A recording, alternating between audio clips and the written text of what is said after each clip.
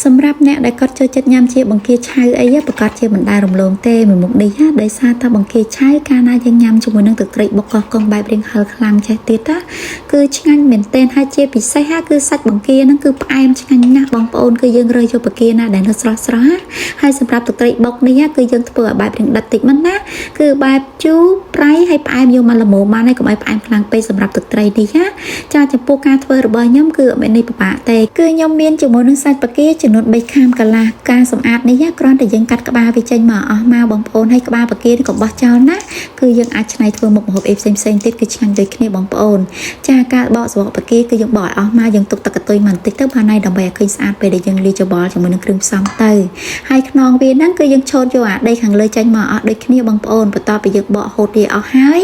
ចាប់ផ្ដើមយកសាច់បង្គានេះមកត្រាំជាមួយនឹងទឹកកកហើយចំពោះសូដាវិញបងប្អូនប្រើជាដបដូចខ្ញុំអញ្ចឹងក៏បានឬក៏ប្រើជាកំប៉ុងហ្នឹងគឺបានដូចគ្នាការត្រាំទឹកកកជាមួយនឹងសូដាបែបនេះគឺធ្វើឲ្យសាច់បង្គារបស់ខ្ញុំនេះគឺវាកាត់ជាតិឆ្អាបបានល្អផងហើយជាពិសេសគឺសាច់បង្គាហ្នឹងវាបានរឹងហើយមានជាតិផ្អែមទៀតចំណែកឯការបុកទឹកត្រីនេះគឺយើងត្រូវតែមានជាមួយនឹងខ្ទឹមសម្ទេសហើយនឹងក្រូចឆ្មាចំពោះបរិមាណម្ទេសបងប្អូនអាចលេខលោកតិចឬច្រើនតាមចំណង់ចំណូលចិត្តដែលចេះហឹរបានណាសម្រាប់ខ្ញុំគឺប្រើជាមួយនឹងម្ទេសរាងច្រើនបន្តិចដោយសារតែខ្ញុំចូលចិត្តបែបរាងហឹរខ្លាំង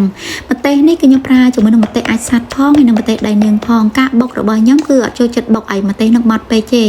យកបែបរាងនៅក្របៗអញ្ចឹងហើយគឺខ្ញុំចាប់ផ្ដើមច្របាច់ក្រូចឆ្មានឹងចូលតាមក្រោយទៀតការច្របាច់ក្រូចឆ្មាចូលទៅច្របល់ជាមួយនឹងសាច់ម្ទេសបែបនេះក៏វារក្សាពណ៌ម្ទេសរបស់យើងអត់ឲ្យខ្មៅវាណារួចខ្ញុំដាក់ស្ករប៊ីចេងមកបន្តិចហើយនឹងទឹកត្រីសម្រាប់ការលាយទឹកត្រីរបស់ខ្ញុំនេះគឺខ្ញុំចូលចិត្តបែបរាងប្រៃជូរហើយផ្អែមយកមកល្មមទេសម្រាប់ផ្អែមនេះកុំឲ្យផ្អែមខ្លាំងពេកបងប្អូនដោយសារតែយើងញ៉ាំផ្ទាប់ជាមួយនឹងរបស់ឆៅហើយជាពិសេសគឺមានបន្លែនៅខាងក្រៅទៀតមានតាំងពីស្ពៃបូកគោការ៉ុតជាអង្កាមកធុំថេតហើយនឹង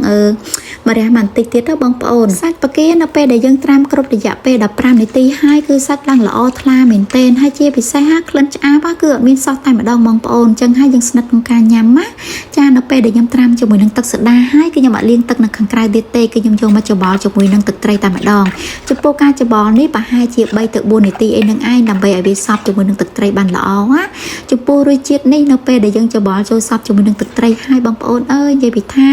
ញ៉ាំមួយម៉ាត់ណាក៏ឆ្ងាញ់ដែរសាច់បង្គាឡើងផ្អែមហ្មងហើយជាពិសេសហើយឈ្ងុយទឹកត្រីដែលយើងបុកលាយត្រូវនឹងគ្រឿងផ្សំទៀតណាគឺឆ្ងាញ់មែនទែនហើយជាមួយនឹងបន្លែផ្ទាប់នេះវិញបងប្អូនគឺត្រូវមែនទែនជាមួយនឹងស្ពៃបូកគោម្រះហើយនឹងជីអង្កាមហើយស្លឹកកធុំថេតមួយទៀតណានិយាយទៅបង្គាឆៅញ៉ាំជាមួយនឹងទឹកត្រីបុកកោះកុងនេះពេលដែលធ្វើឲ្យបងប្អូនយកទៅញ៉ាំជាមួយនឹងបាយអីអត់ត្រូវទេបានតែយើងធ្វើឲ្យញ៉ាំលេងឬក៏យើងធ្វើជាប្រភេទគ្រឿងខ្លែងគឺត្រូវជាងដោយសារតែបង្គាឆៅបានតែយើងញ៉ាំលេងបងប្អូនហើយចំពោះលក់នេះក៏អញ្ចឹងដែរបើសិនជាបងប្អូនចូលចិត្តជាប្រភេទបន្លែណាបងប្អូនអាចដាក់តាមចំណង់ចំណូលចិត្តបានតែសម្រាប់ខ្ញុំគិតថាមានតែបន្លែប្រហែលមុខនឹងឯងដែលត្រូវជាមួយនឹងជាប្រភេទរបស់ឆៅបងប្អូនចាសម្រាប់ការញ៉ាំគ្រាន់តែយើងយកសាច់បង្គាដែលយើងលាយជាមួយនឹងទឹកត្រីនឹងហើយដាក់ផ្ទាប់ជាមួយនឹងបន្លែប្លុកដែលយើងមាននឹងមកហើយស្រូបជាមួយនឹងទឹកត្រីបន្តិចទៀតណាគឺញ៉ាំឆ្ងាញ់មែនទែន